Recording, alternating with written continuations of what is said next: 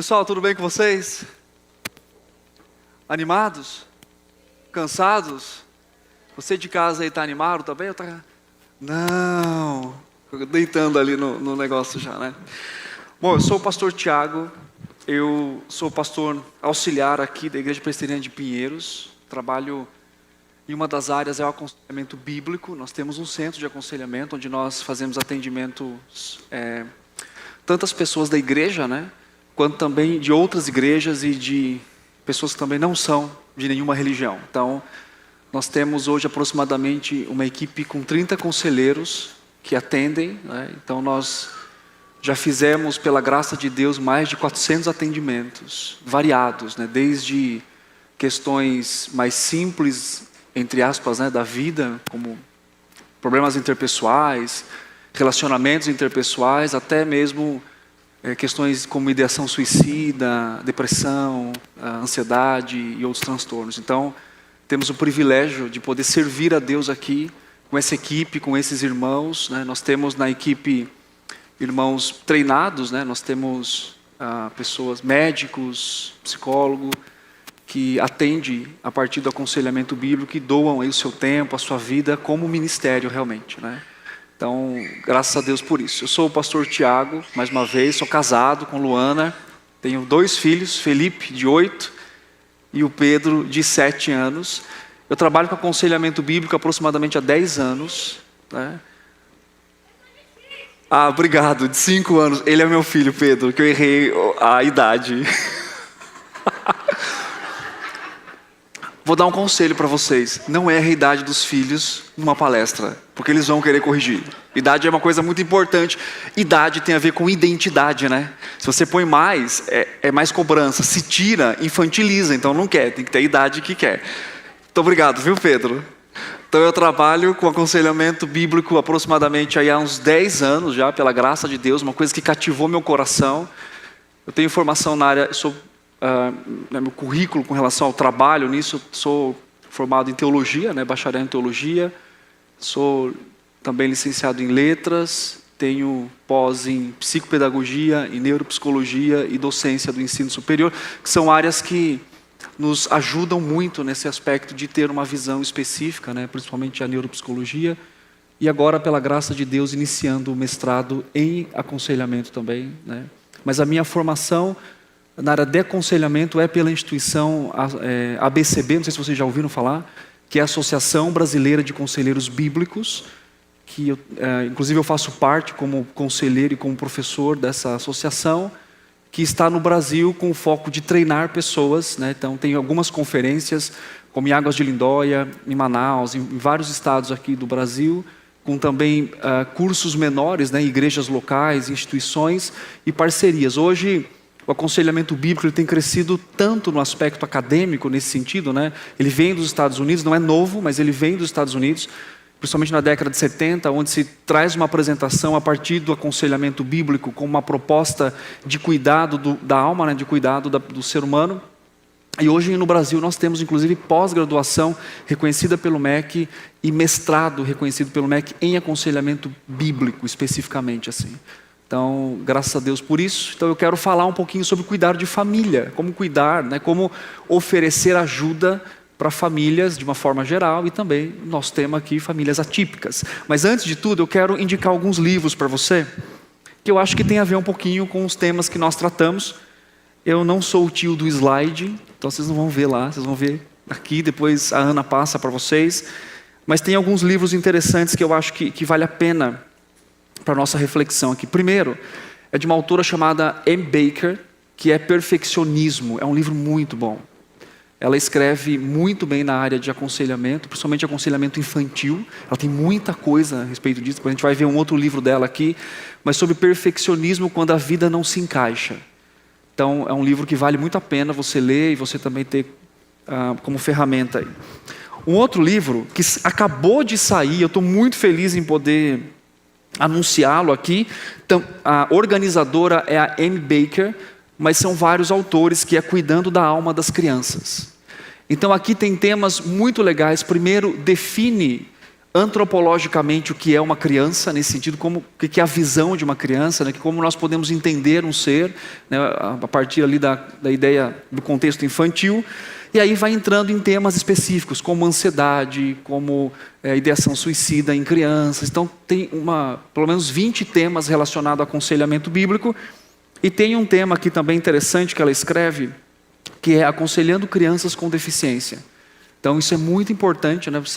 Nosso tema específico aqui, você comprar esse livro, você lê, tanto para você, né, como alguém que está se preparando, obtendo informações, quanto também para outro, né, para ajudar uma outra pessoa com relação a isso.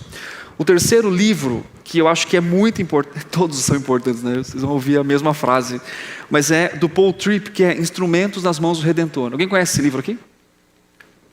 É um livraço. O subtítulo dele é Pessoas que Precisam Ser Transformadas, Ajudando Pessoas que Precisam de Transformação. Então a ideia é você ter, né, um relacionamento redentivo no contexto da igreja, como que você caminha com pessoas em crescimento. Então o Paul Tripp escreve muito bem aqui, inclusive um pouco do que eu vou falar aqui está baseado neste livro dele, então você também pode comprar, da editora Nutra. E o último livro que eu quero indicar, que também ele não é tão novo aqui no Brasil, mas é um dos livros mais importantes, que fala sobre a antropologia bíblica, no sentido da formação da personalidade, do caráter, a partir de uma perspectiva bíblica. Tá? Então, Coração Dinâmico na Vida Diária, do Jeremy Pierre. Ele fala sobre como que nós formamos a nossa personalidade, como que nós trabalhamos isso a partir de uma perspectiva bíblica. Então, vale a pena também comprar esse livro, da editora Peregrino, O Coração Dinâmico na Vida Diária. Como que você... A pergunta principal é: por que você faz o que faz? E aí então ele vai traçando todo um processo aí de explicar, pelo menos uma perspectiva bíblica, né, antropológica, de por que nós agimos como agimos. E isso é importante para que nós possamos também compreender. Bom, cuidar de pessoas. Primeiro, eu quero levá-lo a uma reflexão importante, tá? Eu estava ouvindo uma doutora em psiquiatria da USP, e ela disse uma coisa interessante. Era uma live, na época da pandemia, bem no auge assim da pandemia, e ela estava falando sobre o cuidado da alma, né? Então essa expressão que ela estava usando, e tinha uma outra psiquiatra, e também tinha psicóloga, psicanalista ali, elas estavam trocando uma ideia, e ela disse assim uma coisa interessante, que o cuidado do outro, com os anos, né, e com várias questões que vêm acontecendo culturalmente, se tornou muito profissionalizado, não é verdade? Então ela traz essa reflexão que eu achei fantástico, é isso que ela fala assim: parece que cuidar do outro já não é uma coisa assim para mim, se eu não tiver uma formação específica nisso, é sempre para o outro. E ela traz essa ideia de que talvez muito do que nós pensamos, ou nós falamos assim, não, eu não posso cuidar de você, ou eu não tenho preparo suficiente, na verdade é porque nós temos uma cultura de não envolvimento com pessoas. Então o fato de não querer, não vou dizer que nós não queremos nos relacionar, mas a gente vai tendo algumas questões, até mesmo particulares, existenciais, que a gente fala assim, faz o seguinte, procura um profissional. Procura alguém, vai lá conversar com alguém. E ela diz que nesse contexto, nós perdemos a oportunidade ela não é cristã, então ela não falou nessa perspectiva, né? Mas ela disse que nós perdemos a oportunidade de ajudar efetivamente pessoas, de caminhar com pessoas. Trazendo uma perspectiva bíblica, quando nós olhamos para as famílias e quando nós podemos e temos a oportunidade de ajudá-la nessa questão, então nós temos que tomar uma posição com relação a isso. Então é fácil, claro, chegar para mim e falar assim, procura fulano, procura um profissional, procura, sem entender efetivamente, né, o que aquela pessoa vai falar, até mesmo antes de ouvi-la de uma forma correta, de compreender, de entender a sua necessidade. Então o meu desafio para você aqui nessa tarde, não é que você pense nisso só como algo profissional, mas que você disponha o seu coração e a sua vida a caminhar com pessoas, a caminhar com famílias, a orar por elas, sabe? A sentar e dizer assim, me conte, o que está acontecendo com você? Talvez você não vai ter todas as respostas, eu não tenho, você não tem, já não vai ter todas as respostas. Mas coisas nós podemos fortalecer, como o caminhar junto, o orar, o suprir uma necessidade específica daquele momento. Então isso é muito importante. E aí então também depois poder avaliar da melhor forma de incluir pessoas ou não no cuidado das famílias. Então esse processo ele é muito importante para a gente não simplesmente dizer não, eu não tenho condições de ouvir você, não tenho condições de cuidar de você. E as Escrituras nos mostram efetivamente que nós podemos fazer isso. Eu quero que você abra comigo em Colossenses capítulo 3, se você tem Bíblia aí, se você não tem você vai ver, provavelmente vai ver no telão. Colossenses capítulo 3, nós vamos ler os versos 15 e 16. O texto diz assim: seja a paz de Cristo o árbitro em vosso coração, Colossenses 3,15. Também, vosso coração, a qual também foste chamados em um só corpo, e sede agradecidos. Habite ricamente em vós a palavra de Cristo. Instruí-vos e aconselhai-vos mutuamente em toda sabedoria, louvando a Deus com salmos e hinos e cânticos espirituais, com gratidão em vosso coração. O apóstolo Paulo, ele traz um aspecto importante do relacionamento na comunidade, na igreja, um com o outro, que é o fato de que a palavra habite ricamente em vocês, e essa palavra que é habitada em vocês, né, e a ideia, ele usa duas expressões, né, habitar ricamente, dando uma ênfase muito grande, porque a ideia da palavra habitar no grego já tem uma ideia de viver numa casa e tomá-la de uma forma completa. Mas quando ele traz a palavra ricamente, ou de forma transbordante, ele quer dar um conceito muito forte, uma ênfase muito forte para dizer que a palavra esteja no seu coração, que a palavra seja parte da sua vida, que ela conduza a sua vida, que ela possa tomar parte, né, de tudo que você é. E aí então você faz duas coisas: você instrui e você admoesta, tá? A perspectiva do aconselhamento, principalmente o aconselhamento bíblico de famílias que eu estou propondo aqui, vem de uma ideia de admoestação. Enquanto a palavra instrução aqui significa ensinar efetivamente, quer dizer, você sentar, tanto ensinar formalmente ou ensinar informalmente, a palavra admoestação, que vem de uma palavra que é notecia, que é colocar na mente, ou treinar pela mente, ou ajudar a partir da mente. Então a ideia é que a palavra de Deus chegue a esta mente, a este coração, a gente vai entender um pouquinho mais desse conceito, e aí então nós podemos ajudar efetivamente aquelas pessoas que estão lidando com questões da experiência da vida, tá? Uma coisa importante quando nós cuidamos das famílias, além de ter a disposição para isso, né, além de ter o fato de, não, eu quero me entregar, eu quero ser um instrumento de Deus na vida de outras pessoas, é entender quem está do outro lado. Isso é muito importante. Quem é aquele que está do lado? E quando eu falo quem é aquele que está do lado, eu não estou olhando só para uma questão das experiências e dos sofrimentos e da dor que aquela pessoa lida, ou com a expectativa que ela tem, mas eu quero olhar numa perspectiva bíblica, antropológica. Em que sentido? Quem é aquela pessoa que vai receber o aconselhamento? Quem é a família que vai então tomar, né, no momento da conversa ou numa oração? Fundamentalmente, as Escrituras descrevem o homem como um ser criado. Gênesis capítulo 1 fala que Deus fez todas as coisas e que Deus também cria o homem. Ou seja, a identidade desse homem não é criada por ele, não é estabelecida por ele. A identidade desse homem ou dessa família que nós estamos falando aqui foi doada, foi dada.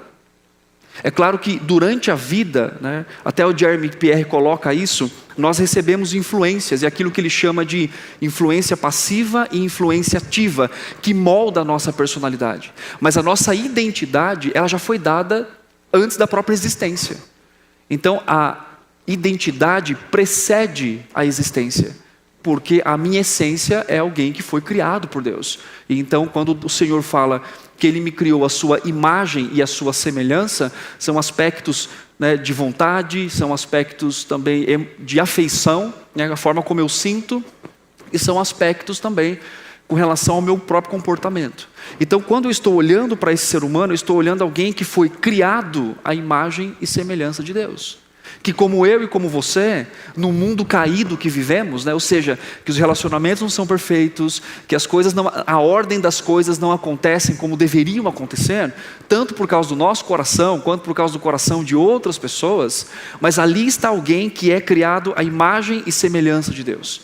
Isso é muito importante no pressuposto do aconselhamento bíblico para alguém, né, ou para a pessoa que você vai ajudar, porque, de certa forma, a maioria das filosofias hoje, ou se não todas elas, a perspectiva do homem é sempre da evolução e não da criação.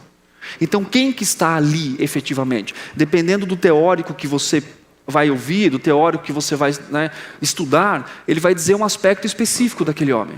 Agora, quando nós olhamos para as Escrituras, nós temos uma identidade dada. E qual é essa identidade dada? Deus cria o homem, a sua imagem e a sua semelhança.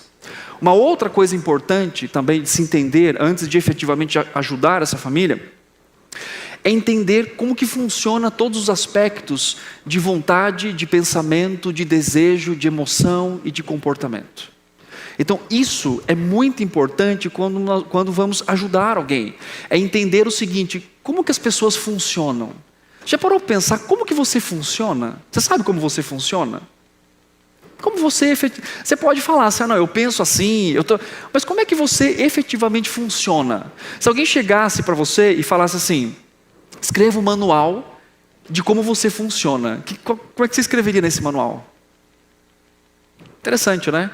A tendência é sempre você colocar coisas comportamentais, né? Então, o manual do Tiago, de manhã, não fale com ele, está chateado porque acordou e não tomou café ainda, né? Isso é muito mais comportamental do que propriamente essência, nesse sentido. Quer dizer, quem é você? Como que você funciona? Por que você faz o que faz? Por que você é o que é?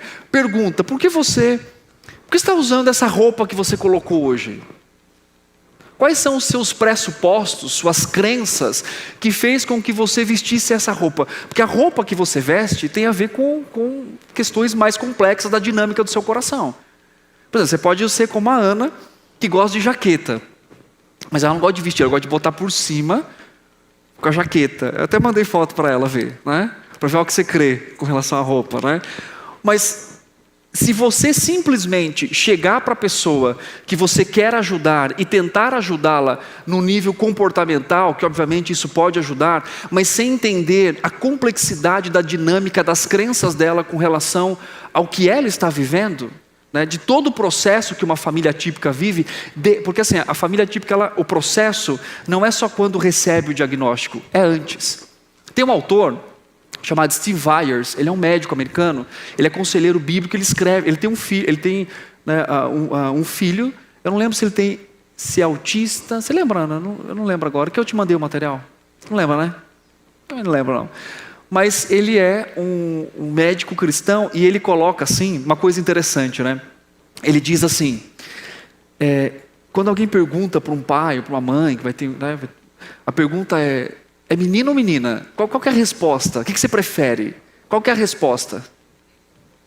Que venha com saúde. Não é assim?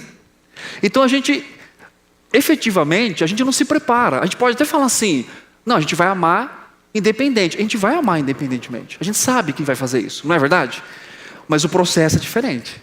Uma coisa é eu falar, o C.S. Lewis diz, só para entender, o C.S. Lewis diz assim, o perdão é poético até o dia que você tem que perdoar. Não é assim? Então o amar é poético até o dia que você tenha que amar. Então quando você entende essa dinâmica então a dinâmica do coração tem a ver com crença que é estabelecido. Então o que isso acontece? Uma família, quando você chega para ajudá-la, você tem que ter pressupostos de que independente daquele momento, e às vezes uma mais avançada com relação ao cuidado do coração, outras começando no processo, mas a perspectiva é que ela teve a mesma perspectiva que você e eu que temos filhos. A gente tem uma preferência ali de menina, menino, mas não quer falar porque acha que falar é pecado, né? Fala, não vou falar porque não, que vinho tá bom, mas a gente sabe que às vezes a gente quer mais menina. Eu queria uma menina também, para tomar chá da tarde. Mas eu tenho 2 meninos que são uma bênção, que só pensam em Marvel. Eu não consigo tomar chá da tarde. Aí a gente tem amigos que têm meninas, só que aí não dá para tomar chá da tarde, porque conhece os meus filhos e começa a lutar também. Então é uma questão de influência, né? Mas o que acontece? Nós temos isso. E ele coloca exatamente assim, quando você pergunta, menino ou menina? Não, que vim com saúde Tá bom, e essa frase tem muita coisa envolvida ali. Porque quando alguém diz que venha com saúde, o alvo dela não é só a criança, é ela. Vou dar um exemplo. Porque eu não quero que meus filhos se machuquem, porque eu amo eles. Eu não quero que eles sofram. Mas eu também não quero o quê? Eu também não quero sofrer. Porque se meu filho sofre, quem sofre? Eu sofro. Você entendeu? Então, o pressuposto, o trabalho começa numa perspectiva antes.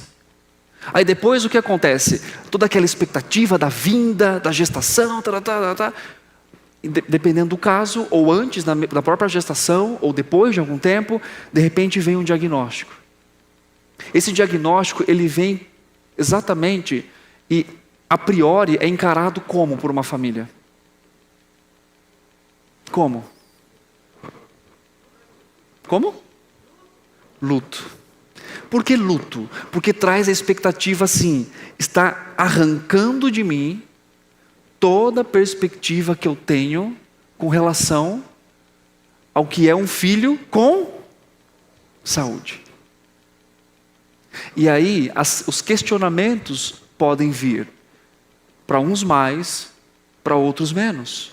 Alguns mais intensos, outros menos. Por quê? Porque tudo isso está acontecendo na dinâmica do coração. Aqui do Ocidente, a gente não consegue conceituar muito bem o que é coração, mas biblicamente, quando Deus fala de tudo que se deve guardar, guarde o seu coração, ame a Deus de todo o coração, tudo que envolve coração nas Escrituras, não está falando só de sentimento, está falando de 4 coisas importantes, que é o quê? A minha crença, porque a Bíblia fala, Romanos 10, 9, se você crer com o coração e confessar com os lábios. Então, o coração é um lugar de crença, é um lugar que você estabelece. Então, quando você diz que importante é vir com saúde, você já está crendo em alguma coisa aqui. E aí, a questão é, você nem vai pensar na possibilidade de que isso não aconteça. Porque isso já, não, mas vamos esperar primeiro. Vamos esperar. Segundo, o coração é um lugar de desejo. Tiago capítulo 4, a partir do verso 1, diz que no coração é onde ocorrem as batalhas com relação ao desejo. Então, nós desejamos com o coração. A Bíblia também fala, quando diz amar a Deus de todo entendimento, tem a ver com o coração. O coração é um lugar que a gente reflete, pensa. E coração é um lugar que a gente sente. Então, diferentemente de um conceito mais ocidental, que coração é lugar de sentimento e cabeça é lugar de razão, as Escrituras não dividem isso, não dicotomiza isso. As Escrituras colocam tudo de uma forma só. Em que sentido? O que eu creio, o que eu desejo, o que eu sinto e o que eu penso estão conectados. E isso forma basicamente tudo da minha visão a respeito sobre Deus, sobre o outro, sobre mim mesmo e sobre o contexto. Então as Escrituras falam que esse homem, eu, você, a nossa dinâmica da vida está estabelecida sempre. Independente se você tem uma religiosidade ou não, o seu coração sempre vai ser um lugar de crença, porque isso é criacional. Deus cria o homem para adoração, e a adoração envolve crença. Então o que acontece? Eu e você, constantemente estamos vivendo nessa dinâmica do coração, de crença, de desejo, de pensamento e de sentimento. Vou dar um exemplo. Sabe quando você fala assim, falei um negócio, não era o que eu queria ter falado? Então, porque se não fosse eu não tinha falado. Mas o que a gente faz? A gente desconecta. Não, agora eu estou pensando bem, não é o que eu queria ter falado. Se você não quisesse, a gente não falaria. Então, entender isso no processo de aconselhamento é muito importante. Porque o que está acontecendo aqui? A pessoa, ela tem uma visão sobre Deus, e talvez ela esteja pensando assim, por que Deus me castigou? Está vendo? Tem a ver com crença. Por que Deus me castigou, me mandando um filho deficiente? O que eu fiz? Todos pensam assim? Obviamente que não. Mas será que Deus está me castigando? Aí a pessoa começa a pensar em tudo que ela fez. tem a ver com eu. Eu vou sofrer, eu vou perder minha vida, não vou conseguir fazer mais nada, vou ter que viver em função disso. E agora? Meu Deus do céu. Tem a preocupação consigo. Terceiro aspecto, com o outro. Tanto com o outro, que ela pensa assim, como vão tratar o meu filho, ou minha filha, e com o outro no sentido de, quem vai ser ele? Qual o desenvolvimento que ele vai ter? Será que, as comparações, né? Será que vai? Não vai? Será que vai falar? Não vai falar? Vai ser verbal? Não verbal? Vai conseguir? E isso, né, por mais que a gente esteja hoje num campo de informações, nem todo mundo tem as informações que pela graça de Deus você está tendo hoje, nós temos aqui. Muita gente ainda não consegue entender todo o processo. Então é difícil. E o outro aspecto é o contexto. Se precisar de médico, meu Deus do céu, será que vai ter médico?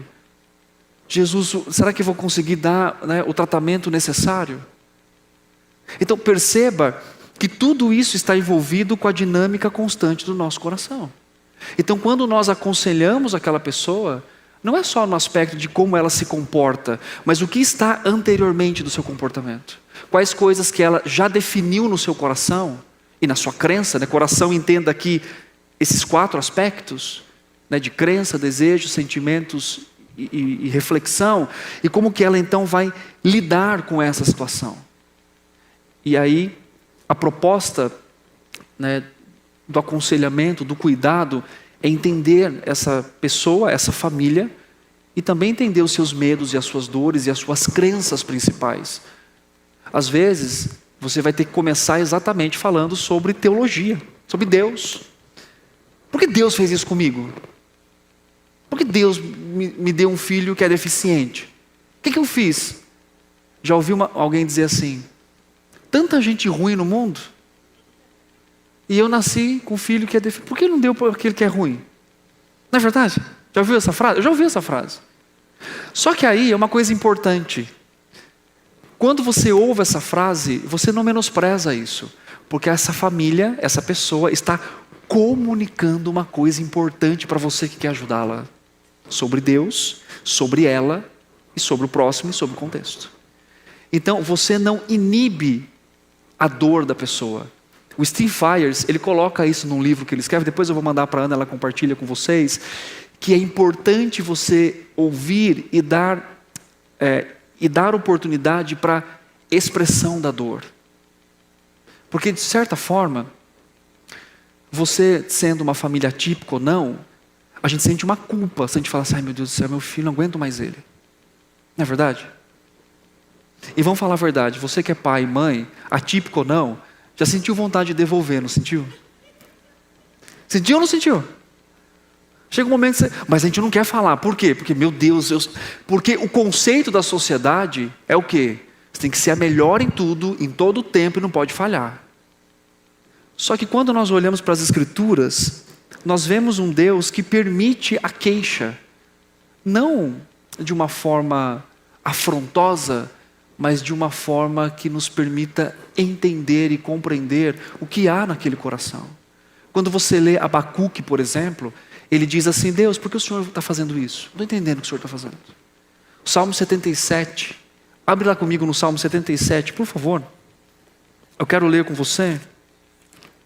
Salmo de número 77, é um texto que o salmista ele está lidando com um desânimo muito grande com relação ao acontecimento do povo de Deus. E ele diz assim, eleva a minha voz, versículo 1, e clamo, eleva a Deus a minha voz para que me atenda. E aí ele coloca, no dia da minha angústia, Senhor, procuro o Senhor, erguem-se as minhas mãos durante a noite. E aí o verso 8, ele diz assim, cessou perpetuamente a sua graça, caducou sua promessa para todas as gerações, esqueceu-se Deus de ser benigno. Acho que a gente não teria muita coragem de falar isso para Deus, né? Deus, o Senhor esqueceu de mim. Mas é importante entender que a queixa daquela família é uma queixa real, sincera, verdadeira. E você também faz queixas assim, quando acontece alguma coisa na sua vida. Mas ali é o lidar com uma expectativa quebrada. Eu tenho uma expectativa, eu tenho uma crença do que é uma família, do que é um filho, de como eu quero. que meu filho se desenvolva, ele toque piano, ele vá para a faculdade, ele fale 25 idiomas. Não é assim? E ele realmente pode fazer isso. Mas talvez coisas que nós queremos para eles não vão fazer. Porque o plano de Deus é outro.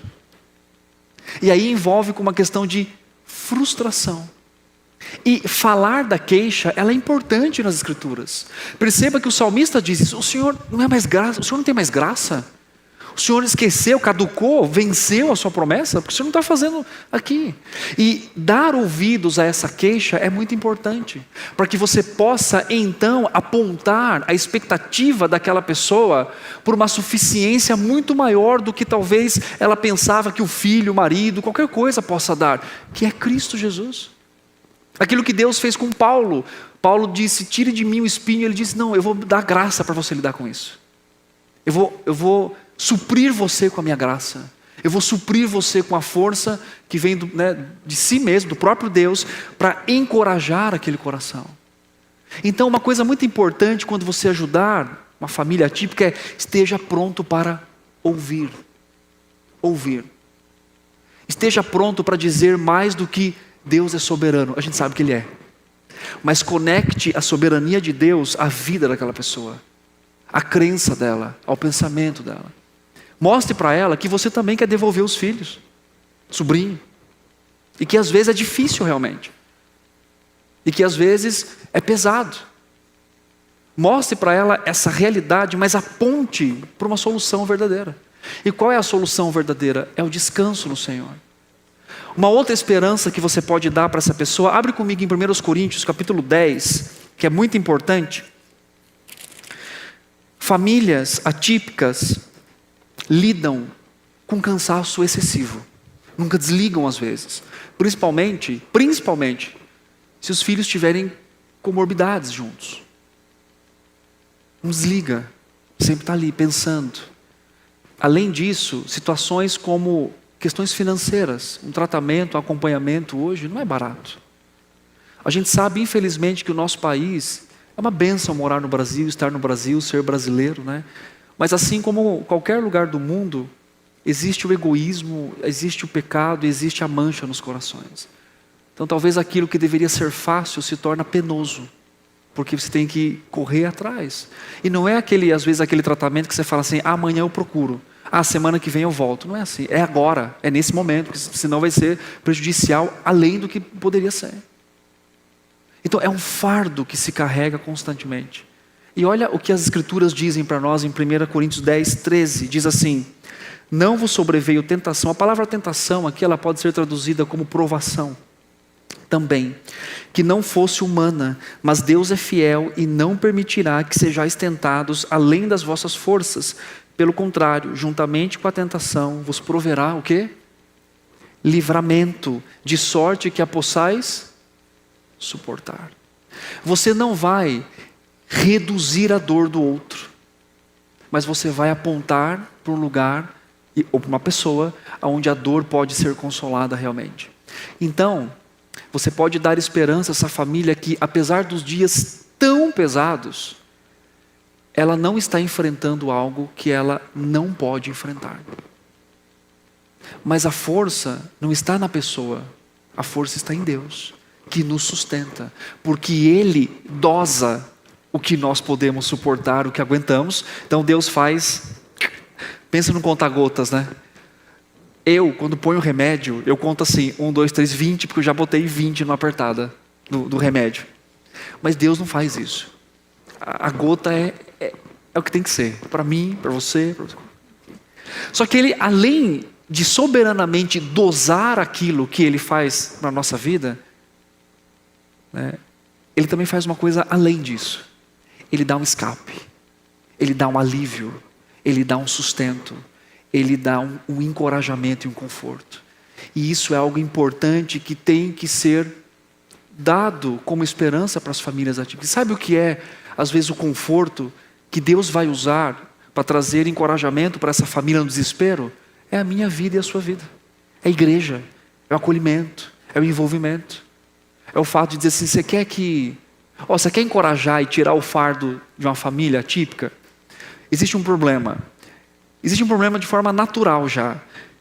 Quando a gente começa a ter mais de 2 filhos, as pessoas já pensam para chamar a gente para ir na casa delas. É ou não é? Você tem 2.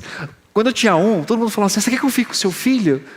Agora que eu tenho 2, eu falo assim, ninguém se pede mais, se oferece mais, porque já tem, aqui já multiplicou. Não é assim? Agora, imagina isso, né? Então você vai visitar uma família onde há comportamentos e questões ali que talvez, né, nós não estamos habituados diariamente.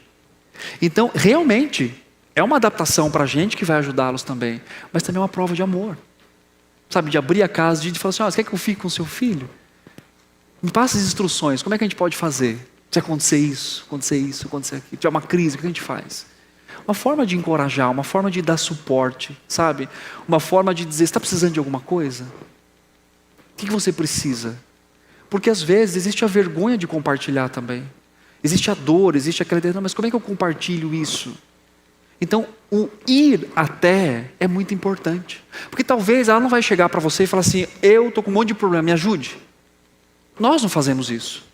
Por isso, o ir até é muito importante. Para que você então entenda esse aspecto. Uma outra coisa importante nesse processo de ajudar famílias, de entender o seu coração, é também trazer para elas uma esperança além daqui e do que elas estão vendo.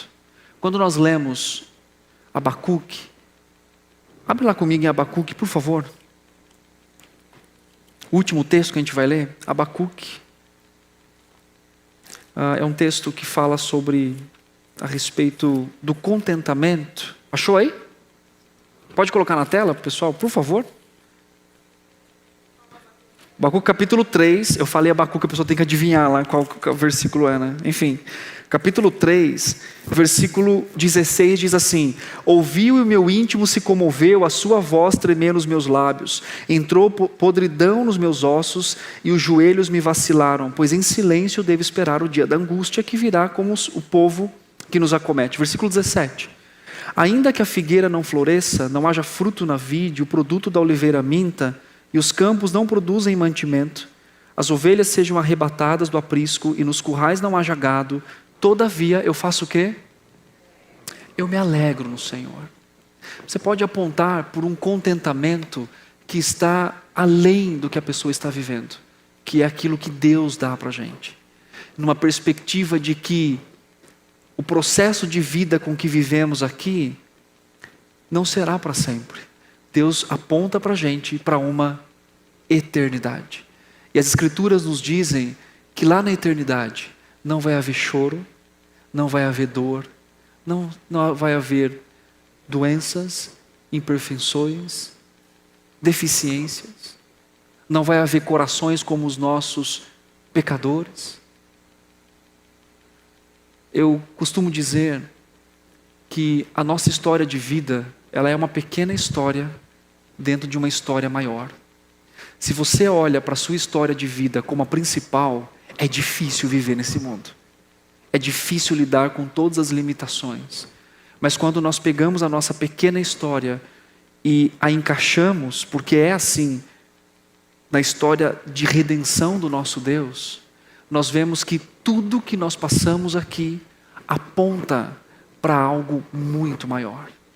Então eu posso olhar, uma família típica pode olhar para a deficiência do seu filho, trabalhar para isso, no sentido de desenvolvimento, de cuidado, e como tem feito. Mas também pode olhar para aquilo e ver a pregação do Evangelho. Em que sentido? De que aponta para um conforto maior do que ela pode dar para o seu filho. Ou até mesmo do que ela espera no seu desenvolvimento. Em que a promessa da eternidade é ali aonde todos nós seremos consolados eternamente.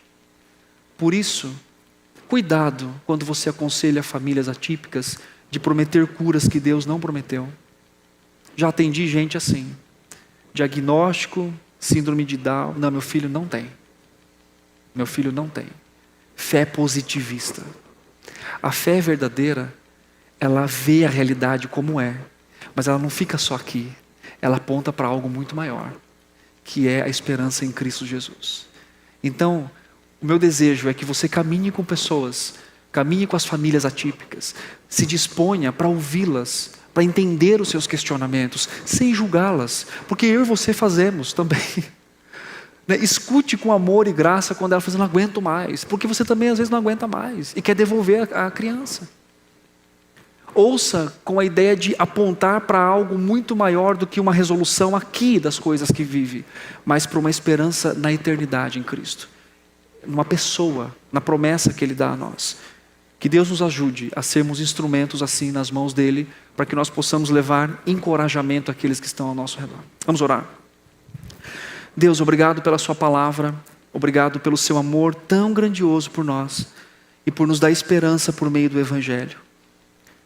Famílias atípicas ou não, todos nós temos uma única esperança, dentro das experiências ou das experiências em que vivemos aqui. Nós reconhecemos que essas famílias levam talvez fardos maiores do que os nossos, nesse sentido, Senhor. De preocupações com o filho, de questões médicas, reconhecemos isso. Mas também reconhecemos que existe a mesma esperança, a mesma palavra, o mesmo encorajamento que está no Senhor. Por isso, usa-nos mutuamente, tanto a nossa vida também como a deles, das famílias atípicas, como encorajamento de saber que o Senhor está cumprindo aquilo que promete em 1 Coríntios capítulo 10, o Senhor não nos deixa passar por coisas que nós não podemos lidar. Mas ainda assim, olhando para a história, desde antes da nossa expectativa, talvez a família com o diagnóstico e todo o processo de acompanhamento, elas podem olhar e dizer, até aqui o Senhor tem sustentado, até aqui o Senhor tem ajudado. Obrigado a Deus pela esperança constante por nós. Eu agradeço e oro em nome de Jesus. Amém. Deus abençoe vocês. Ana.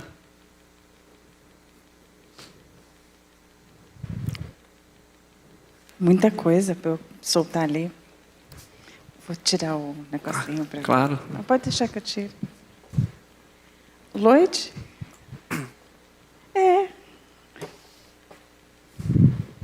Posso pôr seus livros aqui? Eu vou pegar. Eu sento aqui?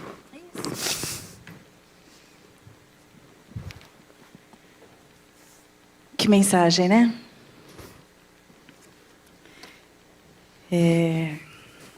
Só tenho para dizer que o pastor foi usado por Deus ontem e hoje, né?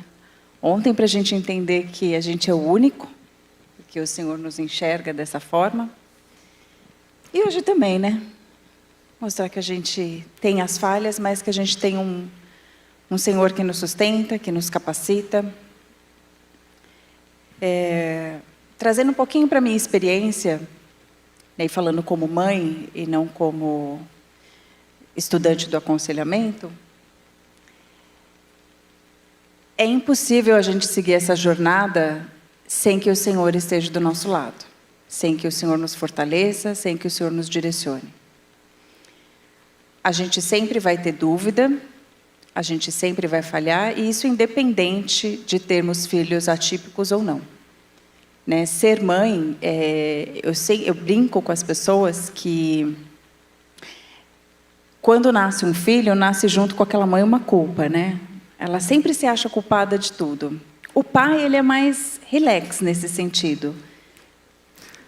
Eu não sei os outros, mas eu tinha muita expectativa. Não, mas eu estou falando de filho culpa. Com 3 Por exemplo, anos, seu filho falar... caiu, você vai achar que a culpa é sua? Como é que é? Seu filho caiu, você vai achar que a culpa é sua? Achar que a culpa é dele. Então. Oxe, não se a mãe equilibrou direito. A mãe acha que a culpa é dela. Não é? O Luiz, em 2020, ele levou um tombo na sala, eu não estava na sala, e ele abriu a cabeça, né, abriu a testa. De quem que eu achei que era a culpa? Minha, que não estava lá prestando atenção no menino. Enquanto o Charles falava que a culpa era de todo mundo que estava na sala e não segurou o menino. Então, que a gente possa realmente colocar a nossa confiança, a nossa fé no Senhor. É dele que vem a nossa força, é dele que vem a nossa esperança. E antes de começar as perguntas para o pastor Tiago, eu quero dizer que é impossível eu olhar para o Luiz e não enxergar Deus nele. É impossível eu não amar aquele serzinho como sendo um presente de Deus na minha vida. Não é fácil, até porque o Lu tem outras questões envolvidas, né, que colocam sempre a vida dele em risco, e eu acho que é isso que me traz mais aflição, né, essa angústia de não saber como que será, como que ele vai acordar no outro dia, mas não o fato dele ter autismo ou dele ter uma deficiência. Então, que a gente possa verdadeiramente colocar a nossa confiança no Senhor. Agora, para a parte prática. Por que meu filho nasceu com deficiência? O que Deus tem contra mim? Qual o problema? O que você responde para uma mãe quando ela fala isso para você? Ok. Existem algumas questões a serem observadas com relação a isso. Naturalmente, a pessoa se sente culpada porque o filho nasceu assim, né? É aquilo que eu disse antes. Existe aquele questionamento de, olha, o que eu fiz? Será que é ficar voltando, né? Meu Deus do céu. Uma resposta bíblica, a partir de uma perspectiva bíblica, tá? O que nós falamos? Deus criou um mundo de ordem perfeita. Deus cria Adão e Eva, e eles têm um relacionamento perfeito, eles vivem em um casamento perfeito, eles não experimentam limitações, eles são moralmente perfeitos, eles não experimentam doenças, eles não experimentam problemas de desenvolvimento, eles são perfeitos nesse sentido. E Deus dá a eles, né, uma ordem dizendo, olha, vocês podem comer de qualquer árvore, conhecimento do bem e do mal, mas de uma árvore vocês não podem comer, certo? E aí então é exatamente dessa árvore, do conhecimento do bem e do mal, e eles comem, e a partir disso entra o pecado no mundo, tá? Com o pecado, Deus diz que entra a morte, e efetivamente a morte ali tem basicamente 3 sentidos, né? Essa morte de um relacionamento que é rompido agora, não mais natural, não mais normal, né? Você tem uma morte física, nós passamos a experimentar problemas, né? Quer dizer, eu estou ficando cada vez mais velho, você também, né? E você vai experimentando coisas, né, físicas que você não tinha antes, né? Dor nas costas, aquela coisa, né?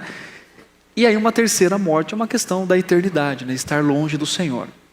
Existem 2 coisas distintas, tá? Existe a relação de que estamos num mundo caído e por isso a ordem não é mais perfeita. Então, uma criança pode nascer com uma deficiência por causa dessa ordem não mais santa, não mais pura, dessa ordem corrompida, ok? Uma pessoa pode vir a ter uma doença na vida, experimentar a experiência de lidar com câncer, por exemplo, por causa disso. Então nós temos uma ordem geral com relação a isso, ok?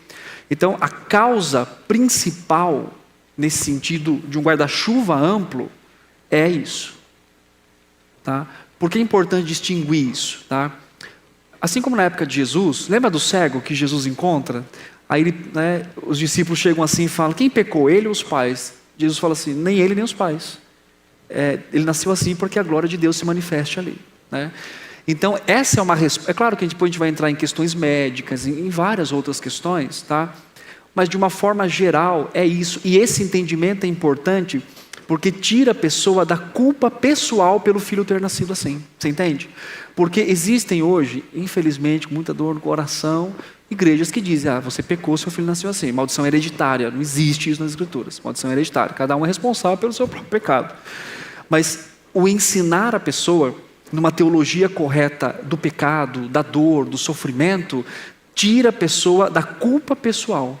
Quer dizer, não nasceu porque pessoalmente eu sou culpado por isso, porque eu estou no mundo, né? Agora, entender também, mas por que comigo? Aí vai entender a questão da soberania de Deus e aquilo que Romanos capítulo 8 diz, que Deus quer formar o caráter do Filho dele na minha vida, de Cristo. E essa situação, eu posso olhar para ela e dizer assim, claro que eu vou passar pelo processo de entendimento, de luta, aquilo que a gente... Mas eu posso olhar e dizer, Deus usa o meu filho, Deus usa essa situação para moldar o caráter do Filho dele na minha vida. Aí que eu falo, a pequena história dentro da grande história. Quer fazer alguma pergunta, Lloyd? Eu quero. Pastor, eu acho que uma preocupação que tanto mães de crianças típicas ou mães de crianças atípicas compactuam, eu falei uma preocupação, mas talvez o termo seja até uma angústia, né? Em questão à salvação. Então, eu como mãe típica, eu falo, ai meu Deus, né, se meu filho vai aceitar ou não vai aceitar, ele vai ser salvo ou não vai ser salvo. E a impressão, a gente é tão errado, que a gente fala assim, não, eu vou ensinar e ele vai aceitar. Como se a razão fosse a autoridade para que a salvação acontecesse. Aí quando você vai para uma mãe atípica, isso fica mais angustiante, porque se a gente erradamente confia na razão como forma de salvação, uma criança atípica que possivelmente tem uma deficiência intelectual, isso fica ainda mais difícil. Então, dentro da fé reformada, qual é a resposta, então, para essa angústia da mãe em relação à fé de uma criança atípica? Acho que a gente fica procurando evidências, né? Evidências de, entendeu, não entendeu, aceitou, levantou a mão, fez isso daqui e tal, né? Eu acho que isso é uma preocupação de todo pai, né? Eu sou preocupado também, de dizer assim, será que meu filho está salvo, não é? Né? E eu li um livro, fica a dica para vocês, que fala assim, Pais Fracos, Deus Forte, da Elise Fitzpatrick e da Jessica Thompson. E ela diz uma coisa interessante ali, ela fala assim, que Deus salva os meus filhos, não pela forma do meu ensino, mas porque Ele é soberano sobre os corações. Então, eu entendo que nós devemos descansar no fato de que os corações dos nossos filhos não pertencem a nós, sendo eles atípicos ou típicos. Eles pertencem ao Senhor. Falando de uma forma específica para essa mãe, para essa família atípica, né? Quer dizer, que talvez ela não consiga ver evidências, entre aspas, bem entre aspas, daquilo que nós entendemos que está respondendo a uma fé. O descanso nisso é saber que a regeneração acontece exatamente pela ação do Espírito Santo no coração. Então, o intelecto, né, ele não é o ponto final de dizer assim, porque senão seria por intelectualidade, por obra. Se eu entendo muito, então eu sou salvo. Se eu não entendo nada, eu não sou salvo, né? Então, o aspecto bíblico é entender a regeneração do Espírito Santo no coração. Então, talvez você nunca vai ter uma evidência tão clara de que o seu filho é do Senhor. Mas aí então, quando a nossa teologia é barrada, né, para coisas que nós não entendemos muito, a resposta que Deus dá para Abacuque é: o justo viverá por fé. Então eu entendo que, até mesmo como pai cristão, meus filhos fazem parte desse pacto, né? Então, seja ele atípico ou típico. Então essa é a confiança que nós temos que ter, de que o coração dos nossos filhos pertence ao Senhor. Essa é uma questão que eu não me faço, não com relação ao Lu. Eu tenho tanta... Não sei explicar, mas eu tenho tanta convicção do trabalhar de Deus na vida do Lu, que eu enxergo o Senhor naquela vida, né? Então, tenho essa preocupação na vida do Pedro, né? Que já é um adolescente típico. Mas hoje, o Pedro fez um texto para o irmão, né? Falando do irmão, por ser o dia do autista. E nesse texto, ele fez sozinho, né? Por ele coloca que ele vê Deus na vida do Lu. Sim. Então, isso para mim já é mais que o suficiente, né? Então, que a gente possa olhar, é isso que eu sempre falo, é você olhar o seu filho além da deficiência, né? Não é o Lu autista, é o Lu. Então, que a gente possa olhar os nossos filhos como eles verdadeiramente são. E eu acho que aí a gente consegue enxergar a glória do Senhor naquilo. E nos permitir, né, como você falou, que o Senhor também usa os nossos filhos para trabalhar o nosso coração, para que cada vez mais a gente esteja próximo daquilo que Cristo daquilo que Cristo deseja, que a gente se permita, né, viver trabalhar. É questão, às vezes, de querer ver evidências mesmo. A gente quer ter, então está seguro, que bom, né? Eu vou dar um exemplo negativo para que a gente possa reforçar aqui o positivo, né? Às vezes nós podemos ter filhos a vida toda, né, dentro da igreja, decorando versículos e semeando a vida. De repente ele chega um momento da vida e fala, não, eu vou viver a minha vida.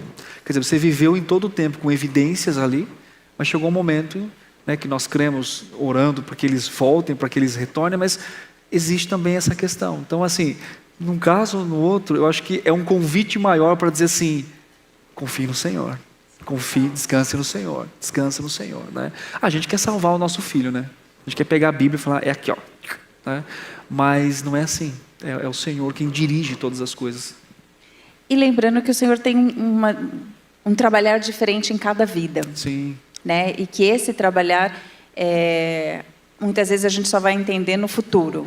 Né? Então, hoje eu consigo ver o trabalhar do Senhor com a presença do Lu na minha vida com muito mais clareza. Né? Então, hoje eu estou aqui por conta do Luiz, hoje eu sou uma pessoa mais dependente do Senhor por conta do Luiz, então eu aprendi a descansar no Senhor. Não que todo dia a gente consiga descansar, né? Se seu filho está ali internado no hospital na UTI, você descansa, mas você descansa falando, Senhor, me dê descanso. Por favor, né? Mas que a gente possa descansar no Senhor. Pastor Tiago, muito, muito, muito obrigada. Aqui no YouTube, depois se você tiver um tempinho, dá uma lidinha. Tá. As mães se sentindo confortadas com a sua palavra. Eu acho que isso é de extrema importância. E pode falar. Quero falar uma coisa interessante. Eu tenho tido uma experiência de aconselhar um jovem autista. Tem sido muito bom. E quando ele me procurou, eu fiquei tão feliz porque ele falou assim, eu tenho problemas de socialização, ele reconheceu e falou assim, só que eu sei do que a Bíblia me ensina, que eu tenho que ter mutualidade. Então eu estou aqui e a gente criou um mecanismo, né, de que ele se expressa mais por meio de textos. Então ele escreve textos longos, assim, ele escreve mais do que fala, ele trava para falar, né? E aí eu quero também trazer uma questão do outro lado, né? Além da família, né, o aconselhamento também é para o coração, nesse caso, né, desse jovem autista, ou seria de um adolescente. É claro que dentro, né, dessa questão do contexto, do quanto é compreensível para ele, quais os meios, né, mas como que a palavra de Deus é suficiente. Né, e o entendimento que ele teve de ser convencido pelo Espírito Santo, que ele tem, né, uma questão da limitação social, é difícil para ele, mas ele fala assim, não, mas eu quero treinar meu coração, minha mente, para me adaptar a cumprir as Escrituras. Só isso mesmo. Maravilha, né? É uma maravilha. Lloyd, quer falar mais alguma coisa? Quer encerrar com alguma palavra, pastor Tiago? Eu quero encerrar com uma oração. Eu posso orar? Claro. Quero orar. Por favor. Por você, talvez, que esteja nos assistindo, com o coração dolorido, pensando, meu Deus, meu filho vai ser salvo, não. Né? Talvez você precisando de um tratamento, acompanhamento específico, e é duro às vezes conseguir. Eu quero orar por você, tá bom? Vou orar. Deus, obrigado pela sua palavra que é suficiente para nós. Obrigado pelo seu amor em Cristo e por nos dar esperança além daquilo que nós podemos ver, ó Deus. Eu quero orar pelas famílias atípicas nesse momento. Famílias que sofrem, Senhor. Sofrem pela falta de tratamento, de acompanhamento. Talvez estão lutando nesse momento para conseguir algo para os seus filhos, para o desenvolvimento deles. Traga no coração deles a confiança, que o Senhor incline o coração das autoridades, dos homens, das mulheres que são responsáveis, para que possa ter um olhar de compaixão, Senhor. Nós também oramos pelos pais que têm dúvidas com relação à salvação, à forma, como o Senhor vai fazer, que o descanso seja naquilo que Joel nos ensina, a salvação pertence ao Senhor, e que nós possamos descansar na sua soberania, e na forma como o Senhor conduz todas as coisas. Obrigado, Deus, por essa conferência, por esses irmãos e irmãs tão queridos, que o Senhor continue nos ensinando pela sua palavra. Nós oramos em nome de Jesus. Amém. Amém. Então, 5 minutinhos e já a gente volta para a próxima palestra.